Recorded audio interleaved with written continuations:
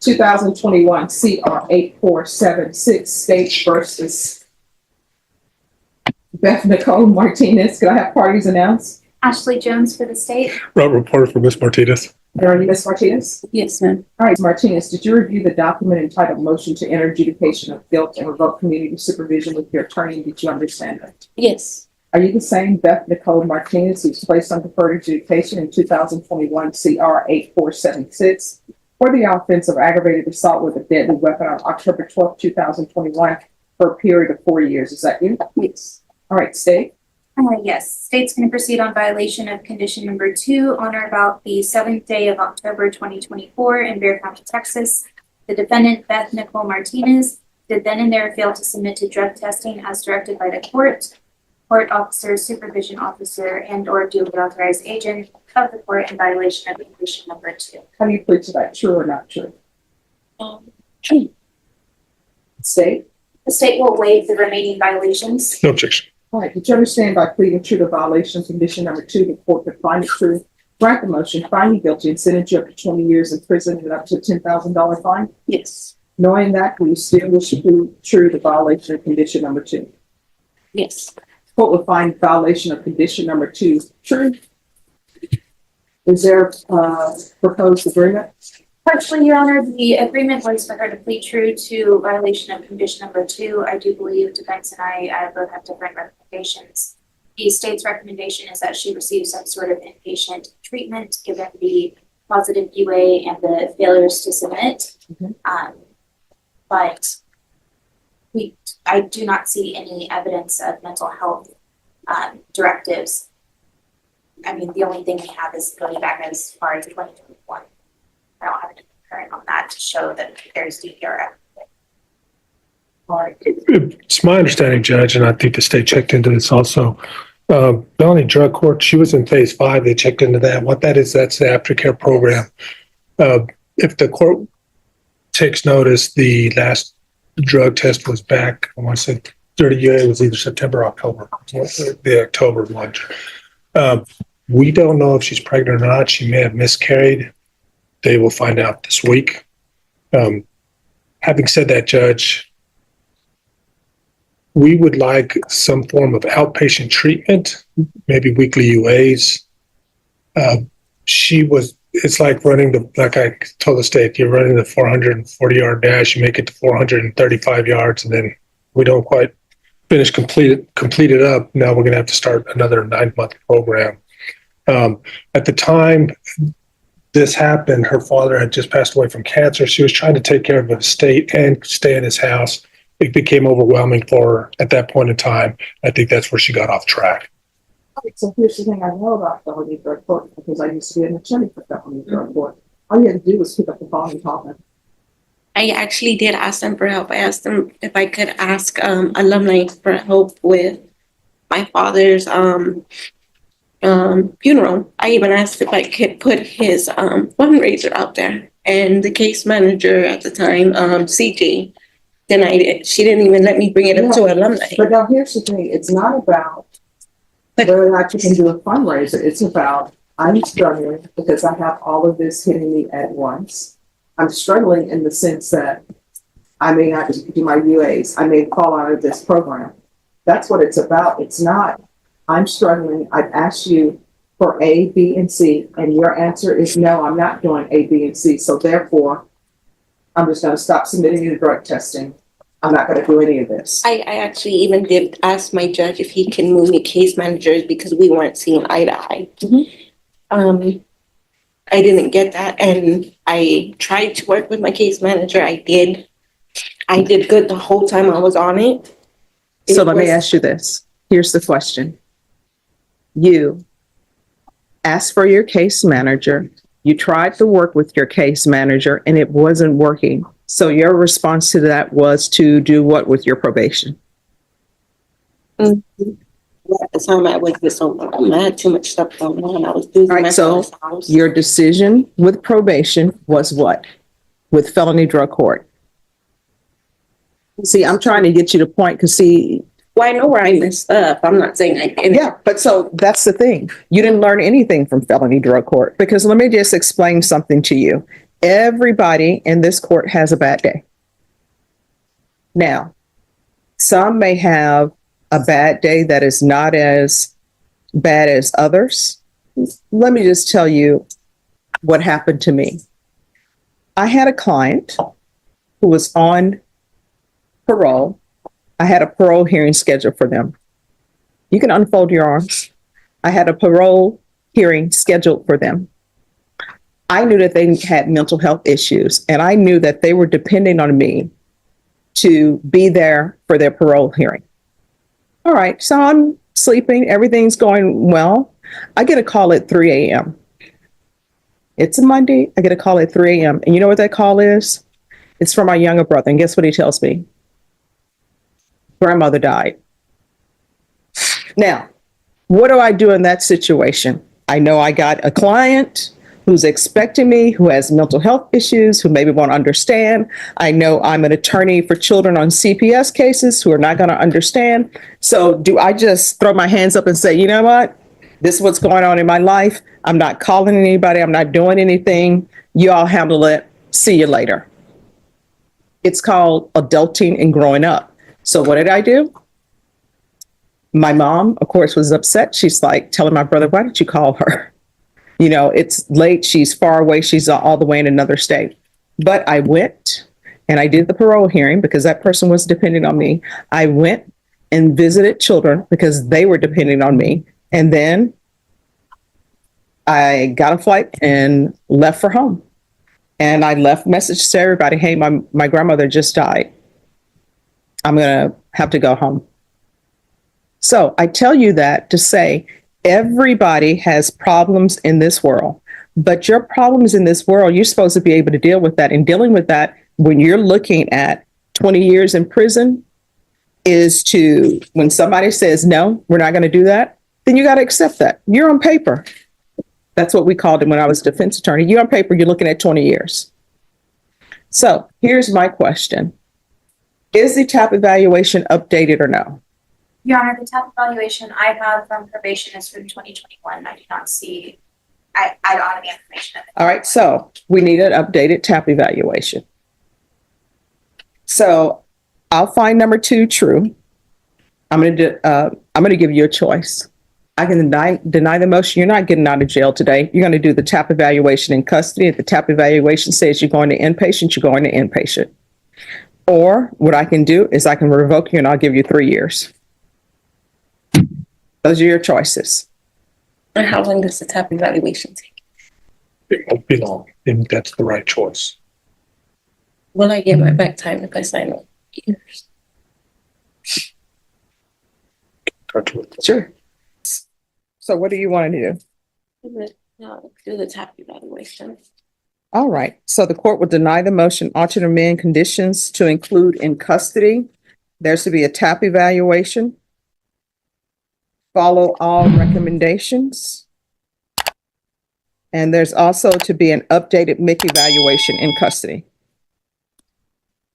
And is there anything else that's being requested, State? No, Your Honor. And is there anything else you need from the court? Miss, is there anything else you need from the court? Amen. All right. And there's to be no residents with minors. All right. Thank you. Thank you, Judge. You're welcome.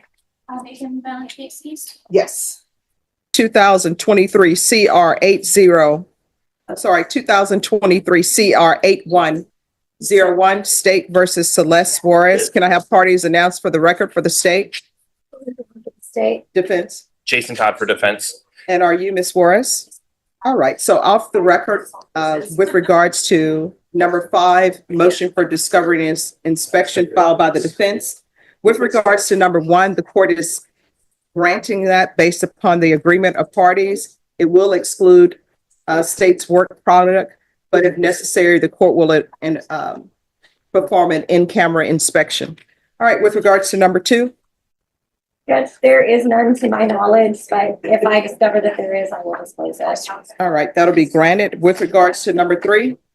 State has already provided a witness list to defense. The only thing is we don't have personal addresses for the victims due to safety issues.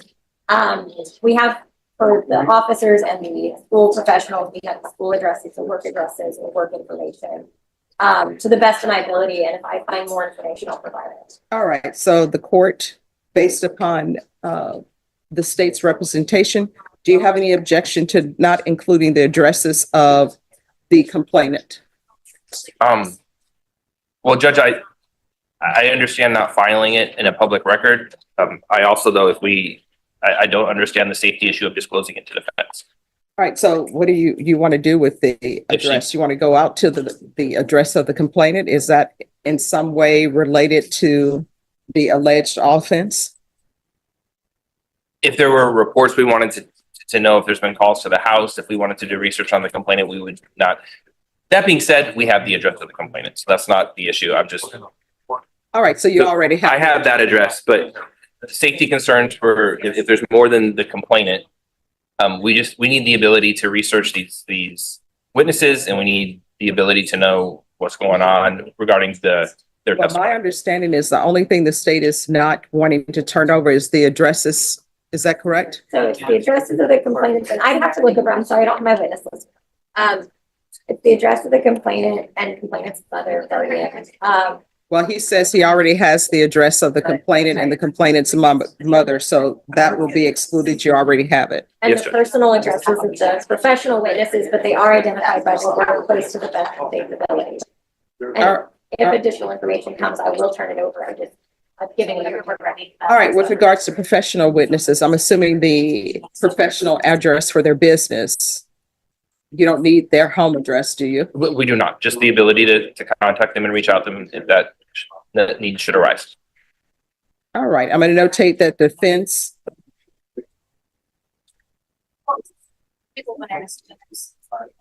has in its possession the address of the complainant's address, so that's not needed.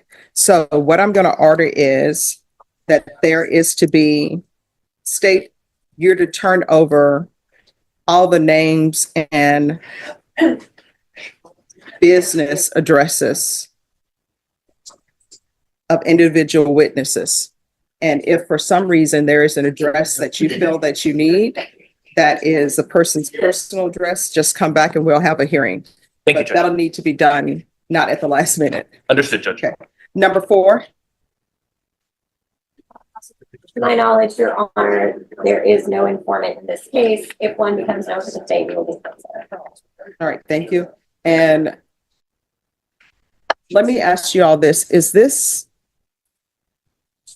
CPS involved in this or no? Yes, Judge. All right, so sometimes the confidential informant could be the person who reported it. So CPS comes in after the initial report to law enforcement. I think, was it law enforcement or without CPS, I think? I would have to look at the timeline. CPS is, we know who told CPS. I will say that. I don't think that's an issue in this case, Your Honor. All right. Because if it is, then my ruling on this, granting it, I'm going to rescind that because that's supposed to be confidential. I understand, Your All Honor. right. I don't think that's an issue, though. All right. And number 5, That's to number 5, Your Honor. The only issue state has is. everyone, please whisper. And everyone, we're on the record, so no talking behind the court reporter while we're on the record. All right, number 5. The only issue is the rank and badge number of the police officers. Some of them have changed agencies, some of them have retired. I don't have all of their badge numbers or rank. As to what information is current and that I can provide, I will provide it, but I don't have all their historical information for what their rank was. And I also don't know if he wants rank at the time of the offense, badge number at the time of the offense, future badge numbers. It's a little vague for me. I guess my response would be to that if she gets updated information and she's talking to her witnesses, if we get to the place where we're prepping for trial, we need the ability to know where her witnesses are. I have no doubt she's given us what she has, but if she finds out something new, I think we do Okay. need to know that. So as far as where her witnesses are, that would be taken care of with regards to defenses number 3. So Right. do you really need to know the rank and badge numbers? Yet the rank is helpful, but the badge number is important because if this law enforcement officer has moved to a different agency or within the agency, if we want to look them up and look up what they have, perhaps discipline or get information from the agency, I have found the easiest way is a badge number. All right, so you don't need their rank. I guess I don't need it. All right, It does. so then if you have the rank, then give them the rank. But if you don't have the rank, then she doesn't have the rank. And it is vague based upon what she's stating. Do you want their rank at the time they were involved in this, or do you want their rank now? So if you have their rank, give it to them. If you don't have the rank, and if there's an issue, then just come back to the court. If you have their badge number, give it to them. If you don't have their badge number, then come back to court. Thank you, Judge. And I'll write that the defense is to approach well before trial if there's an issue with the rank and badge numbers. And if you, Judge, I have my phone out, but I'm just taking a note. Sure, oh, no problem. Thank you, Judge. Thank you.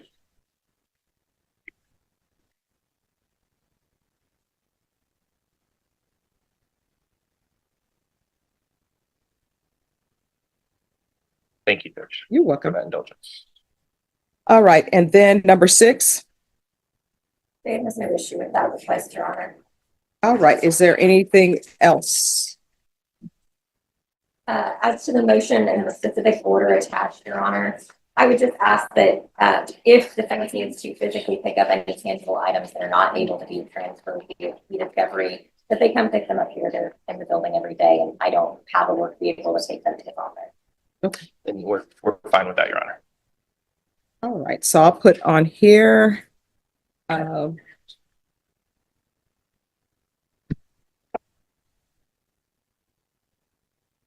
right, so State, have you gone through each order that they're saying they want 48 hours, within 48 hours of the time it learns or obtains discoverable matter? Yeah, Judge, if it's within 20 days prior to trial, yes, we're gearing up for trial, that's fine, Judge. I'm pretty, All right, so you've read through the order and you have no objection to the court signing the order as is, but the court will add the line that if there's anything that needs to be physically transported, the defense needs to come and pick it up from you? that, and just with the provisions regarding the product, if that's somehow incorporated into the order, that we're probably not to be turned over without being specified. All right, so if you all will write the additions to the order, the court will sign it. And then all of the other discovery has been tendered. I'm sorry, what was that? All of the other discovery has been tendered because the last time we were here, it was the complainant school records, CPS, any additional records, the IDR, dispatch received, calls for service, statement made by the school nurse. So regards to those items, Your Honor, we had turned over CPS, defense police, there's items missing. We're going to send a more specific subpoena to specify those items and see if they're turned over. There was some body cam that defense believed existed. We asked about it. I just found out this morning that that body cam does not exist any longer. It did once, and no longer does. We're getting an affidavit of no record, and I've provided a written disclosure to defense regarding the investigation. As far as the IDR, CAD, all of that, there's one thing that relates to those items, and we have turned that over to defense. The nurse's statement was turned over. We clarified with the nurse or with the detective that the only statement made by the nurse was the nurse's reports. And so we've gone through each of those items. The only outstanding issue is the affidavit of no records for those body cam videos and the requesting the CPS to see if there is additional material that can be disclosed or can be turned over. We did request all CPS records prior, but sometimes if you don't specify videos, documents, etc., sometimes they don't mind doing it. All right. Defense? That is an accurate depiction of where we're at, Your Honor. All right, so this is what's going to happen, and this will be your last setting for discovery. And if there are items that are missing or you see that when we have this next hearing, that there are going to be items that are missing, you need to subpoena witnesses to have them here. They can appear by Zoom if need be, but this will be your final discovery. And also on this state, if you have not, you'll need to tender an offer to the defense. We are in negotiations with the federal government. I don't think we have a firm one at this point, but we've been talking. All right. So, Ms. Ferguson, recall this for March 27th. I'm sorry, Judge. Yes. I'm unavailable on that date. Okay. Oh, I'm so sorry to hear that. What is a good date for you? I was just trying to give you a longer setting. I'll be back the following week, the first week of April, Your Honor. Right. Norma, put this then on April 1st. And if you all don't have the remaining of the discovery, then witnesses will need to be subpoenaed to be here on that date, I'm so sorry, Judge. What was that date? April 1st. You're welcome. And defense, if your client wishes to appear by Zoom, your client can appear by Zoom. Thank you, Judge. We appreciate that. Thank you.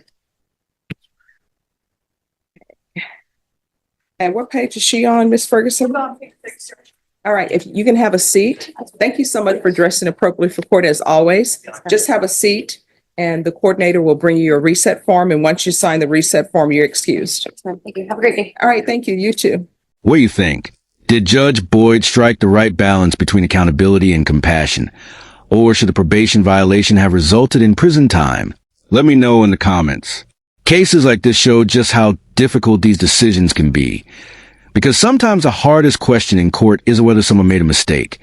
It's whether they deserve one more chance.